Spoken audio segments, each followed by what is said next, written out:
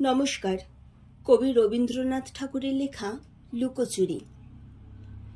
আমি যদি দুষ্টুমি করে চাঁপার গাছে চাঁপা হয়ে ফুটি, ভোরের বেলা মাগো ডালের পরে কচি পাতায় করি লুটোপুটি, তবে তুমি আমার কাছে হারো, তখন কি মা চিনতে আমায় পারো? তুমি ডাকো, খোকা কোথায় ওরে? আমি শুধু হাসি চুপটি করে। যখন তুমি থাকবে যে কাজ নিয়ে, সবই আমি দেখব নয়ন মেলে।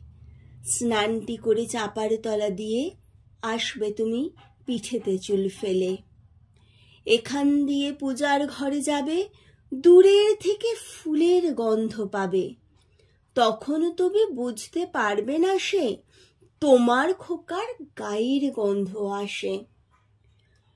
দুপুরবেলা মহাভারত হাতে বসবে তুমি সবার খাওয়া হলে। গাছের ছায়া ঘরের জানালাতে পড়বে এসে তোমার পিঠে কোলে।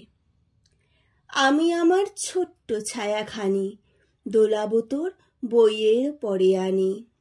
তখন তুমি বুঝতে পারবে না সে তোমার চোখে খোকার ছায়া ভাসে। সন্ধ্যাবেলা প্রদীপ খানি জেলে যখন তুমি যাবে গোয়াল ঘরে, তখন আমি ফুলের খেলা খেলে টুপ করে মা পড়ব ভুঁয়ে ঝরে। আবার আমি তোমার খোকা হব, গল্প বলো তোমায় গিয়ে কব। তুমি বলবে, দুষ্ট ছিলে কোথা? আমি বলবো, বলবো না সে কথা।